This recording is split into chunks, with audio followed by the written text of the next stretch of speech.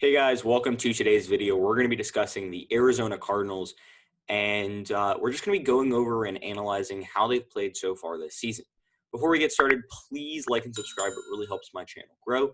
Also, on a quick side note, I've been writing some articles for theuptalk.com. If you want to go check those out, or if you want to write for theuptalk.com, anybody under the age of 21 can do so. That will be in the link down below in the description. There's a ton of different content out there, and there's always new information and new content coming out each day. So with that, let's just get started and dive right into the video.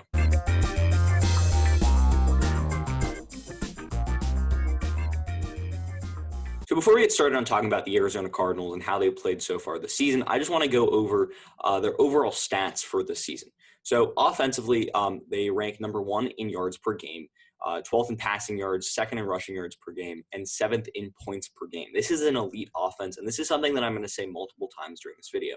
This offense is elite. It just is, okay? Also, the offensive line has improved. Last year, they gave up the most sacks in the NFL, and so far they've only allowed 16 sacks, which is on pace for definitely less sacks than they allowed last year. Last year, Kyler Murray was just taking down a ton, and this year that just really hasn't happened to the level or to the extreme that it did last year.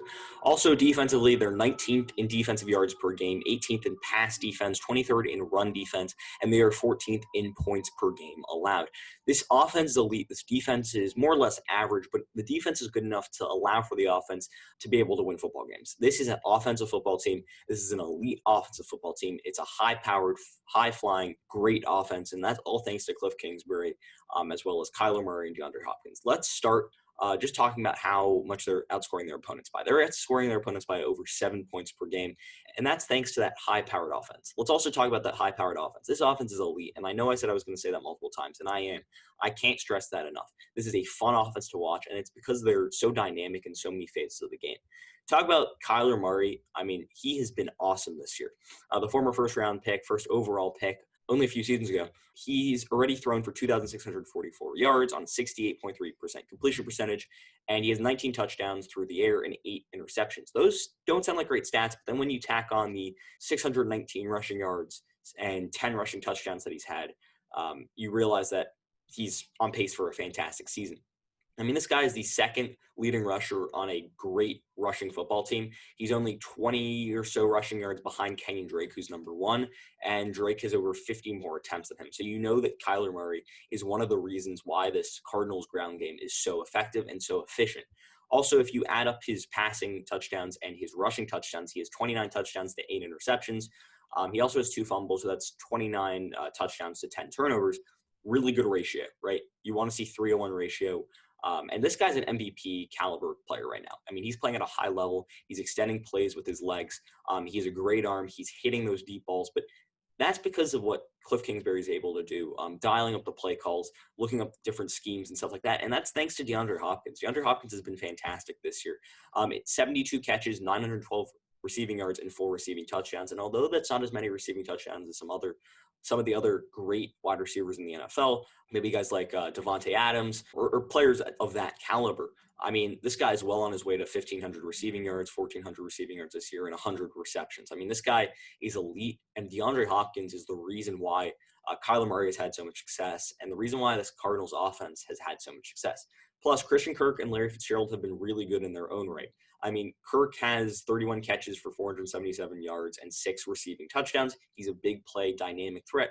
And Fitzgerald has continued to play at a really high level in his age whatever season. I mean, this guy has 43 catches for 336 receiving yards, just continuing to prove to the league that he's a great possession catch guy who Kyler Murray can really trust. I mean, this guy is a great third down player, right? Great route runner, and he's always open. I mean, Kyler Murray really looks for him, and he's just a possession catch guy. He's a guy that you can really trust with the football. And, I mean, this receiving core is fantastic. DeAndre Hopkins is an elite wide receiver. He's arguably the best wide receiver in the NFL, and I know Cardinals fans would definitely say he is the best wide receiver in the NFL. Then you've got Christian Kirk, elite, dynamic, young playmaker, and then Fitzgerald is just the old guy who is still able to do it at a high level. So I love this offense, but I also want to talk about the run game too. As I said, they're number 2 in rushing yards per game, and that's thanks to 3 things. 1, Kenyan Drake, who's been he's been okay. I mean, he had that one really big game against the Cowboys that's kind of skewed his stats because earlier in the season he just wasn't having the success that we were accustomed to seeing from him last year. I mean, last year when he came over in that trade with Miami, he was lights out. He was absolutely dominant. But Drake now 641 rushing yards, 5 rushing touchdowns. He's been good. I mean, and then pair that next to Kyler Murray, who can do it outside the pocket, out of the shotgun. 619 rushing yards for 10 rushing touchdowns. And then Chase Edmonds. Kenyan Drake missed the game. Edmonds stepped up.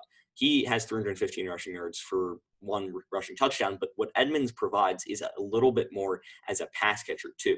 I mean, this guy has 42 targets, 36 catches, and 297 receiving yards and 3 receiving touchdowns. So this guy's a good part of the passing game. And that running game is really, really solid. I mean, this team has already rushed for over 1,500 rushing yards through 10 games so far. They're averaging over 150 rushing yards per game, and that is really allowing their offense to be highly dynamic. That, paired with a great passing attack, is what is allowing Kyler Murray to be a really awesome quarterback. Right now, I'd say there's only 5 or so quarterbacks in the NFL playing at a super high level. I mean, every quarterback in the NFL is obviously great at football. I mean, they wouldn't be in the NFL if they weren't, but the ones that are playing at the top of the NFL level. And there are only a few guys at that level right now. One of those is Kyler Murray. I'd say Patrick Mahomes is definitely on that list. There's a guy like Aaron Rodgers is on that list, Russell Wilson, Josh Allen. Maybe not Josh Allen anymore, definitely at the beginning of the season. But there's just only a few short list of guys that are playing like Kyler Murray. And Kyler Murray is in that conversation. He's been fantastic. And him and Kliff Kingsbury and DeAndre Hopkins have really been able to dial it up. And although the tight end position isn't a huge position for them that they really look to target, I mean, Dan Arnold has been okay, 17 catches for 208 yards and a touchdown. And Max Williams has had some injury questions so far this year. He did have a touchdown earlier this season. But overall, this offense is elite. I'm just going to say that. Now, though, let's look at the defensive side of the football. So let's start with the standouts on defense. And Budda Baker has been outstanding. He's been fantastic. And he's playing at an all-pro level. So far this season, he's been all over the football field. And if you just look at his stats quickly, you'll see how dominant he's been. He ranks second on the Cardinals in total tackles. He's got 78 total tackles, but he also has 2 sacks, 5 tackles for loss. He's got 4 pass deflections, 2 interceptions, and a fumble forced. He's all over the football field, and he's playing at a super high level. Some of the notable games he had was obviously against the Cowboys, where he really showed up in that game. He showed up against the Seahawks in those games too. So Budda Baker's just been a really big primetime player for the Cardinals. Budda Baker's been playing at a super high level, and look for that to continue later on into the season. Patrick Peterson is another guy that's played really well. 3 interceptions so far, age 30 season, and this guy is playing still at a high level. I mean, obviously there were some injury concerns coming to this year. He's been injured in the past few seasons, and this was a big year for him to just show that he still had it, and he absolutely does. I mean, this guy is still solid with 3 interceptions at age 30, and that's just an impressive testament to his skill and his ability to bounce back from injury. He's still one of the better corners in the NFL, definitely a top 20, if not top 15 corner. He's still playing like it at age 30. Really good job from him. I think Patrick Peterson is one of those better players in that Cardinals secondary. And although the Cardinals did lose Chandler Jones to a season-ending injury earlier in the year, they've still been able to get some pressure up front on quarterbacks. And that's thanks to Hassan Reddick, who currently leads the Cardinals with 5 sacks.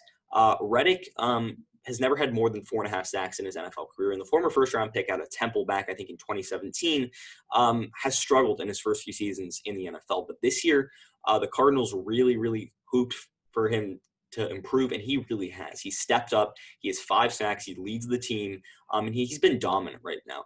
As a linebacker, he's doing a really good job getting to the quarterback, and that's what you love to see, especially when your best playmaker on defense, who is arguably the best pass rusher in the NFL. It's a little bit of a stretch, but Chandler Jones is definitely up there among the best NFL pass rushers. When you lose him to injury, a season-ending injury, you really need a guy to step up, and Hassan Reddick has done that. So with Hassan Reddick, Patrick Peterson, and Budda Baker, this defense it's salvageable. I mean, like, it's not a top 10 defense in the NFL, but I don't think it's a bottom 10 defense either.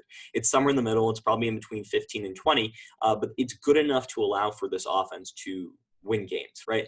Early in the season, they beat San Francisco, and that was kind of just a shocking performance. Everyone kind of thought San Francisco would win that one. And then they went out and killed Washington. Then they lost to Detroit and Carolina, went 2-2, and then they went on a big 3-game win streak against the Jets, the Dallas Cowboys, and Seattle. They lost to Miami, beat Buffalo, lost to Seattle. But right now they're sitting at 6-4. If you look at the rest of their schedule, it's a lot easier. I mean, they play in a really tough division out in the NFC West where there's 3 teams that definitely have the ability to make the playoffs. I think the 49ers are out of it at this point. They just got hit with the injury bug, and I don't think they've ever been able to rebound and just come back and play at a higher level. But if you look at the other teams that they have to play, they've got to play the Patriots, which is definitely a winnable game coming up on Sunday. Then they've got the Rams. Then they got the Giants, Eagles, San Francisco, and the Rams in Week 17. I think the Giants, Philadelphia, and San Francisco are all games that they have to win, and I think those are all games that they will win. That'll get them to 9-7 if they win those 3 games. And then I think they can pick up a win or 2, maybe against the Rams or the Patriots. I think all the rest of their games are definitely winnable, but I think they have 4 or 5 games left that they can definitely win. So I think this Cardinals team is definitely a playoff team. Kliff Kingsbury is doing an excellent job cooking up this offense and making it into a really great NFL offense. I mean, earlier, obviously last year in his first season coaching, there was a lot of ways for him to step up and be a better coach. Play calling, understanding how NFL offenses work. I mean, he came in with the air raid offense. That didn't work, but he incorporated the run game, and the run game has been solid. The offensive line has definitely improved from last year, especially with Kyler Murray being able to extend plays, not getting sacked for losses, and not killing drives. So overall, I think this Cardinals team is definitely a playoff team. I mean, they're playing at a high level. They're one of the most fun offenses to watch in the NFL, and they're one of the most fun teams to watch in the NFL. They've got a lot of young talent and a lot of high MVP type players. I mean, DeAndre Hopkins is an elite NFL wide receiver. And then you've got Kyler Murray, who's playing like an elite quarterback in the NFL. You mix the two and you've got a dynamic offense. And then with the defense with Budda Baker, as well as a Hassan Reddick, who's just playing so much better than he did in previous years. And then you got Patrick Peterson back. I mean, just imagine if they had Chandler Jones. Plus, I mean, you're continuing to develop Isaiah Simmons. He had a big interception earlier this year against the Seattle Seahawks. He's been a little bit up and down, a little bit shaky. But at the end of the day, this defense has a little bit of potential. Budda Baker is playing at an all-pro level. And then you've got this offense who's just fantastic. So overall, this is going to be a playoff team. I don't think that will be too hard for them. Do I think they'll be in one of the top 4 seeds? I don't know if they can beat Seattle or the Rams to that number 1 seed in that NFC West division. But at the end of the day, this is no doubt a playoff team. This Cardinals team is so fun to watch, so exciting. And at the end of the day, I think that Cardinals fans have a lot to look forward to and a lot to hope for in the coming future. Now that we've reached the end of the video, do you agree with my analysis? Why or why not? Leave your comments in the comment section down below. I'd love to hear what you guys have to say. Also, if you're new around here, please drop a like and a sub. It really helps my channel grow, and I really appreciate it. I hope you enjoyed the video, and until next time, see ya.